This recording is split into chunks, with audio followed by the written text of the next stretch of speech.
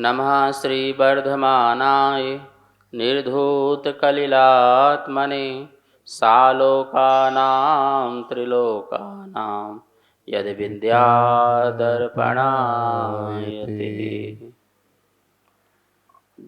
रत्नकंडक श्रावकाचार परम मांगलिक ग्रंथ है। आचार्य समंत भट्ट स्वामी द्वारा लिखा गया है। दूसरी तीसरी शताब्दी में 150 इसमें श्लोक हैं, संस्कृत भाषा में हैं। रत्नात्रय का इसमें वर्णन है। सम्यक दर्शन, सम्यक ज्ञान, सम्यक चारित्र, संलेखना, समाधि और श्रावक के 11 पदों की चर्चा इसमें की गई है। हम पहला और दूसरा अध्याय पढ़ चुके थे सम्यक दर्शन, सम्यक ज्ञान का, और अब तीसरा अध्याय चल रहा है सम्यक चारित्र का। चारित्र में कहा था कि मोह के अंधकार का अभाव होने से जो सम्यक दर्शन की प्राप्ति होती है, तदुपरांत सम्यक ज्ञान की, और राग द्वेष की निवृत्ति के लिए चारित्र धारण किया जाता है। चारित्र धारण क्यों करते हैं, कोई पूछे तो बताना है। असुहादो विड़िवित्ति सुहे पवित्य जान चारित्रम। अशुभ की निवृत्ति और शुभ में प्रवृत्ति के लिए चारित्र धारण करते हैं। चारित्र भी ये बाह्य चारित्र और अंतरंग चारित्र दो प्रकार से होता है। बाह्य चारित्र में जो द्रव्य मन है, द्रव्य वचन है, द्रव्य काया है, इसको शुद्ध करना, इसको संसार के आसाता में नहीं लगने देना, अशुभ में नहीं लगने देना। और जो अंतरंग में राग द्वेष के अभाव का नाम जो है अंतरंग चारित्र है। हम जितनी क्षमता भाव धारण कर रहे हैं ये हमारा अंतरंग चारित्र है। जितने हम कायोत्सर्ग में और सामायिक में जा रहे हैं ये हमारा अंतरंग चारित्र है। जितना हम प्रत्याख्यान, प्रतिक्रमण और आलोचना कर रहे हैं ये हमारा अंतरंग चारित्र है। क्योंकि इस विशुद्धि के बिना अंतरंग चारित्र बन नहीं सकता। बाह्य वैभव के प्रति, बाह्य जगत के प्रति जो है न राग का परिणाम आना, न द्वेष का परिणाम आना, मंद मंद होते जाना, परिणाम तीव्र रूप से नहीं होना, ये हमारा अंतरंग चारित्र प्रकट होते जा रहा है। लोग बोलते हैं चारित्र मोहिनी कसाय के अभाव से भी तो चारित्र प्रकट होता है, लेकिन वो जो चारित्र प्रकट होता है वो सम्यक चारित्र प्रकट नहीं होता है। वो प्रकट होता है सम्यक के काल में होना वाला आचरण प्रकट होता है। सम्यक दर्शन के काल में कौन सा आचरण प्रकट होता है, जैसे कि धर्म प्रभावना का भाव आना, वात्सल्य, धर्मात्मा के प्रति वात्सल्य का भाव आना, जो है अमूर्तता का परिणाम आना, और उपगुहन करने का भाव प्रकट होना, निशंकित निकांक्षित परिणाम होना, ऐसे कार्य करना, ये आचरण प्रकट होता है। सम्यक दर्शन के काल में सम्यक रूप ही आचरण प्रकट होते हैं। मतलब अनंतानंदी कसाय के अभाव से जो चारित्र की प्रकटता कही गई है वो एक देश चारित्र नहीं और ना ही सर्वदेश चारित्र है। क्योंकि एक देश चारित्र जो है वो अप्रत्याख्यानावर्णी कसाय के अभाव से होगी। क्योंकि अप्रत्याख्यानावर्णी कसाय के उदय से देश चारित्र भी नहीं होता है। देश चारित्र का मतलब एक अंश चारित्र भी नहीं होता है। कौन सी कसाय के उदय से? अप्रत्याख्यानावर्णी कसाय के उदय से। तो लोगों ने बहुत सारी गलत मान्यता बना ली है कि देखो भैया सम्यक दर्शन होगा तो कुछ न कुछ चारित्र तो होगा ही होगा ना। तो हाँ, हम कहते हैं होगा, पर वो सम्यक चरण होगा। सम्यक चरण मतलब सम्यक के काल में होने वाला जो सम्यक दृष्टि का आचरण है। तो जो 8 अंग जो पढ़ते हैं वो सम्यक दृष्टि का आचरण है। क्या आचरण है? वो कुगुरु कुदेव कुशास्त्र के पास नहीं जाएगा, ये उसका आचरण है। वो अवश्य का सेवन नहीं करेगा, ये उसका आचरण है। रात्रि भोजन ना करे, ये उसका वो आचरण है। ठीक है ना? बेईमानीपन ना करे, ये उसका आचरण है। तो इस प्रकार से वो वात्सल्य भाव रखे धर्मात्माओं के प्रति, ये उसका आचरण है। और जब भी जिन शासन की प्रभावना की बात आए तो सबसे आगे खड़ा हो जाए, ये उसका आचरण है। तो सम्यक के काल में ये उसका आचरण होता है, लेकिन सम्यक चारित्र नहीं होता है। किसको? अनंतानंदी कसाय के अभाव मात्र से। मतलब चतुर्थ गुण स्थान में सम्यक्त्वाचरण कह सकते हैं, लेकिन सम्यक चारित्र नहीं कह सकते हैं। नहीं, रत्नात्रय प्रकट हो जाएगा। भाई यदि रत्नत्रय प्रकट हो जाएगा तो बोलते नहीं अंश रूप में जो चारित्र प्रकट होगा, तो अंश रूप में चारित्र जो प्रकट होगा वो व्रत संबंधी वाला नहीं होगा, व्रत के अभाव वाला होगा। क्योंकि जहां भी एक देश व्रत आ गया वहां पंचम गुण स्थान हो गया, और जहां पर सर्व आ गया तो वहां पर जो है महाव्रत प्रारंभ हो जाएगा, तो छठा गुण स्थान हो जाएगा, सातवां गुण स्थान हो जाएगा। तो वो चारित्र जो है चतुर्गुण स्थान में कैसे हो सकता है? यही बात यहाँ पर कही गई थी श्लोक में, पहले नंबर श्लोक में अध्याय में तीसरे के, कि राग द्वेष निवृत्ति, राग द्वेष की निवृत्ति के लिए ही जो है चारित्र होता है। अब राग द्वेष की निवृत्ति जो है अब क्रम क्रम से घटाएंगे, तो अप्रत्याख्यान प्रत्याख्यान संजलन, तो अप्रत्याख्यान घटी तो चारित्र प्रकट हुआ पर पूरा नहीं हुआ, फिर प्रत्याख्यान कसाय हटी तो चारित्र हुआ लेकिन फिर भी वो पूरा नहीं हुआ, मुनि वाला चारित्र प्रकट हुआ। फिर संजलन कसाय घटी तब जाकर के पूर्ण चारित्र हुआ, मतलब समस्त मोहिनी का अब अभाव हुआ तो चारित्र हुआ। ठीक है ना? लोगों के मन में प्रश्न ये होता है कि चारित्र मोहिनी में अनंतानमन देवी तो है जो हमारे चारित्र का घात करती है, तो अनंतानमंदी चारित्र का घात करती है तो कौन से चारित्र का घात करती है? वो तो समस्त चारित्र का घात करती है, और उसके अभाव में पूर्ण चारित्र प्रकट हो जाता है ऐसा भी नहीं है, तो एक अंश वाला प्रकट हो जाता है तो ऐसा भी नहीं है। अप्रत्याख्यान आदि कसाय नष्ट होगी तो एक अंश आदि प्रकट होगा, फिर पूर्ण अंश प्रकट होगा। ठीक है ना? इस बात को ध्यान रखें, ये सैद्धांतिक बातें हैं, किसी के बहकावे में ना आए।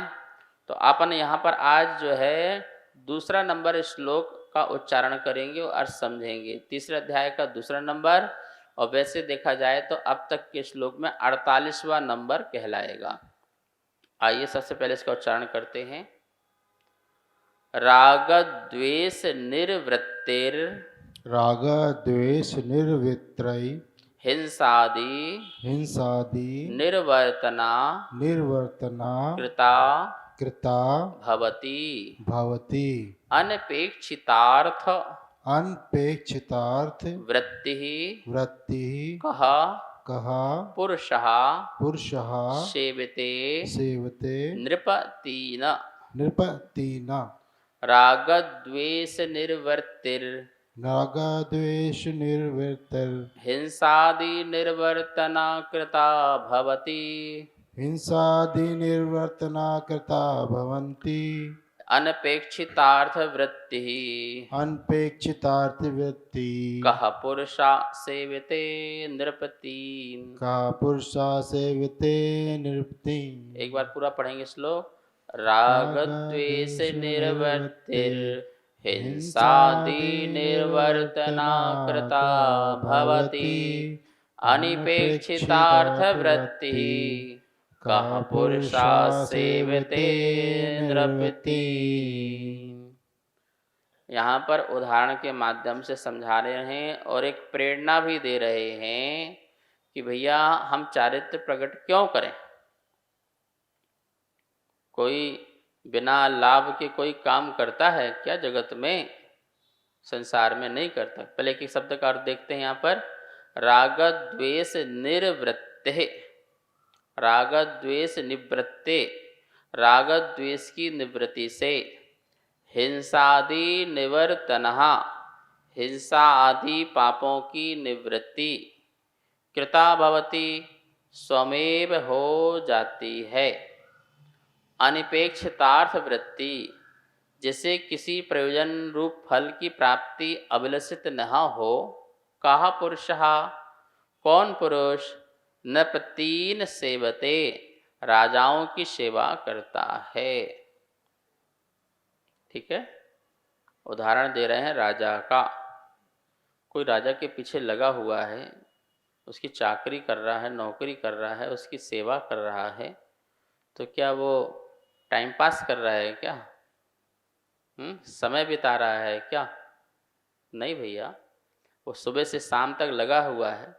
जैसे वर्तमान में कोई नेता के आगे पीछे घूम रहा हो उसके जुलूस में जा रहा हो, रैली में जा रहा हो, उसके कार में जा रहा हो, उसका साथ दे रहा हो, उठने बैठने में हर चीज़ में साथ दे रहा हो, तो क्या वो फ्री में लगा है? वो टाइम पास कर रहा है क्या? नहीं, उसका भी स्वार्थ है कि ये प्रसन्न होगा तो जो मैं चाहता हूँ वो मेरा कार्य सिद्ध हो जाएगा। ऐसे ही कोई बिना अपेक्षा से ही राजा की सेवा नहीं करता है, उसकी अपनी अपेक्षा होती है, कोई ना कोई प्रयोजन होता है, तभी कोई राजा की सेवा करता है और उससे अविलसित जो उसकी अभिलाषा है उसको वो पूर्ण कर लेता है। तो राजा की सेवा कोई बिना अपेक्षा से नहीं करता है। ऐसे ही राग द्वेष निवृत्ति, राग द्वेष की निवृत्ति से हिंसा आदि पाप की निवृत्ति हो जाती है, इसलिए चारित्र धारण करते हैं। चारित्र धारण क्यों करते हैं भाई? क्यों धारण करते हैं बोलो? कि राग द्वेष की निवृत्ति से क्या होता है? हिंसा, झूठ, चोरी, कुशील, परिग्रह रूप जो कार्य हैं वो मेरे से हट जाते हैं। तो मैं ऐसे 5 पापों से दूर हो जाता हूँ, इसलिए मैं चारित्र को धारण करता हूँ। क्योंकि पहले श्लोक में कहा था ना, राग द्वेष की निवृत्ति के लिए मैं चारित्र धारण करता हूँ। तो कोई बोले कि यदि राग द्वेष की निवृत्ति मात्र ही चारित्र है तो वह हिंसा, झूठ, चोरी, कुशील, परिग्रह क्यों छोड़ना? तो बोले नहीं नहीं, राग द्वेष छोड़ोगे तो हिंसा आदि छूट ही जाएंगे। छत से पानी टपक रहा है तो क्या उपाय है? नीचे टप रख दो, पानी भर जाएगा और बाद में फेंका ना उसको, फिर भर दो, फिर रख दो, फिर भर जाए, फेंक। तो ये तात्कालिक उपाय है, परमानेंट उपाय थोड़ी है। ये तो बार बार भरे फेंके, भरो फेंको। तो उसका उपाय क्या है सही? जहाँ से पानी आ रहा है उसको ही बंद कर दिया जाए,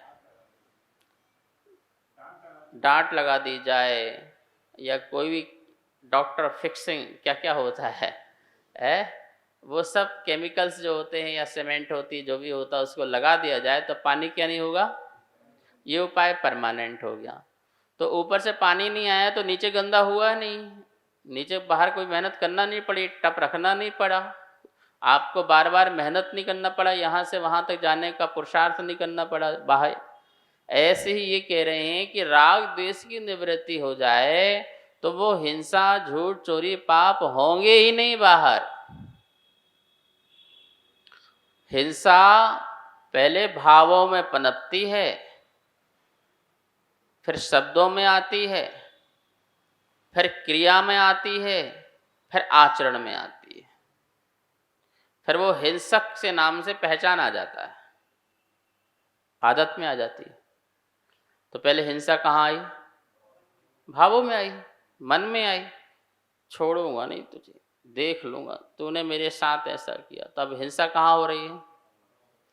तो पाप कहाँ होता है? मन में। पाप कहाँ होता है? हिंसा कहाँ होती है? झूठ कहाँ होता है? चोरी कहाँ होती है? कुशील कहाँ होता है? परिग्रह कहाँ होता है? ये पांचों की पांचों पाप कहाँ होते हैं? बाहर नहीं होते हैं, मन में होते हैं। तो बाहर क्या होते हैं? बाहर अपराध होते हैं। बाहर क्या होते हैं? मन में पाप और तन से अपराध। कानून जो है सजा किसकी दे सकता है? पाप की कि अपराध की? अपराध की सजा देगा, पाप की सजा देने की ताकत नहीं है कानून को। मेरे मन में पूरा पाकिस्तान जल के राख हो जाए ऐसा चल रहा है, पाप इतनी बड़ी हिंसा चल रही है, उसका कौन सजा देने वाला है?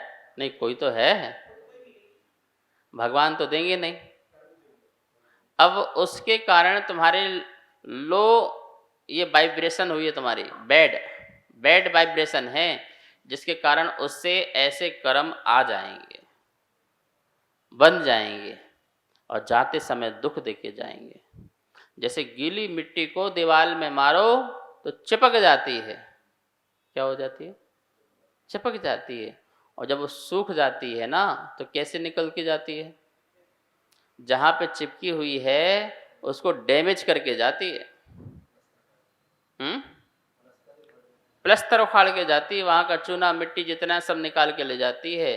तो वो जाते समय डैमेज करती। ऐसे ही अपन ने कर्म ऐसे बांधे, और जैसे ही बांधे तो बंध गए, और जब उदय काल होगा धीरे धीरे निकलेंगे। आवादा काल बीतने के बाद तो क्या होगा? हमको डैमेज करेंगे, हमारी आत्मा को दुख कष्ट पीड़ाएं उसके निमित्त से मिलेंगे। तो मिट्टी किसने फेंकी भाई? हमने। भाव किसने किए फेंकने के? हमने। तो पाप कहाँ हो रहा है? मन में। परिग्रह बाहर नहीं है, परिग्रह मन में है। इसलिए उमा स्वामी ने मूर्छा परिग्रह कहा है। मूर्छा के भाव को परिग्रह कहा है, ममत्व के परिणाम को परिग्रह कहा है, मोह के परिणाम को परिग्रह कहा है। मेरा ऐसा भाव जो है वो परिग्रह है। और बाहर की जगत का वस्तु तो बात का परिग्रह है, वो तो बाह्य परिग्रह है। अंतरंग परिग्रह तो अंदर के विकृत परिणाम है। ठीक है, राग द्वेष के परिणाम है। तो कह रहे हैं पाप मन में है, तन से अपराध है। तन से, वचनों से अपराध है, द्रव्य मन से अपराध है। लेकिन मन में तो जो भाव मन है उसे तो पाप ही पाप हो रहे हैं। तो क्या रोकना? सबसे पहले अपराध की पाप। क्योंकि अपराध की जननी कौन है? जनक कौन है? पाप का पाप है। और पाप कहाँ से? अंदर से पैदा हो रहा है। तो पहले उसका ट्रीटमेंट करो, उसको सही करो, वो ठीक हो गया। इसलिए बोलते भाव हिंसा पहले समाप्त करो, द्रव्य हिंसा दूर हो जाएगी। भाव चोरी का भाव पहले समाप्त करो, द्रव्य चोरी बंद हो जाएगी। भाव कुशील पहले समाप्त करो तो द्रव्य कुशील समाप्त हो जाएगा। और भाव परिग्रह का अभाव करो तो द्रव्य परिग्रह कभी क्या हो जाएगा? मन में त्याग का भाव आया तो बाह्य कभी छूट जाएगा।